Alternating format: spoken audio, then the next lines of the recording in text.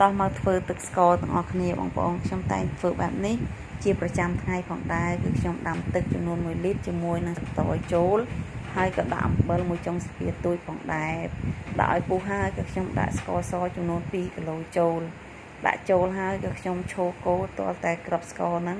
រលាយคล้ายជាទឹកអស់ពេលរលាយហើយគឺទឹកស្ករយើងមានសភាពស្អិតផងដែរហើយក៏យើងស្រង់លើកតយចេញរួចជាការស្រាចាហើយ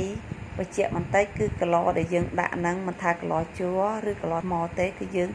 ត្រូវចាក់ទឹកក្តៅចូលកន្លុកវាចេញមកសាសិនដើម្បីកុំឲ្យមានធុំក្លិននៅក្នុងកន្លហ្នឹងបើកន្លជ័រយើងទុកទឹកស្ករនឹងឲ្យត្រជាក់តែបើកន្លថ្មដូចខ្ញុំនេះគឺខ្ញុំដាក់ទឹកក្តៅបែបហ្នឹងដាក់ទឹកក្នុងទឹកក្តៅហ្នឹងហើយបន្ទាប់មកក៏ដាក់ទឹកក្នុងចានដែកត្រាំឲ្យត្រជាក់ហើយខ្ញុំគ្របទុកក្នុងទូទឹកកកដើម្បីទុកឲ្យបានយូរផងដែរ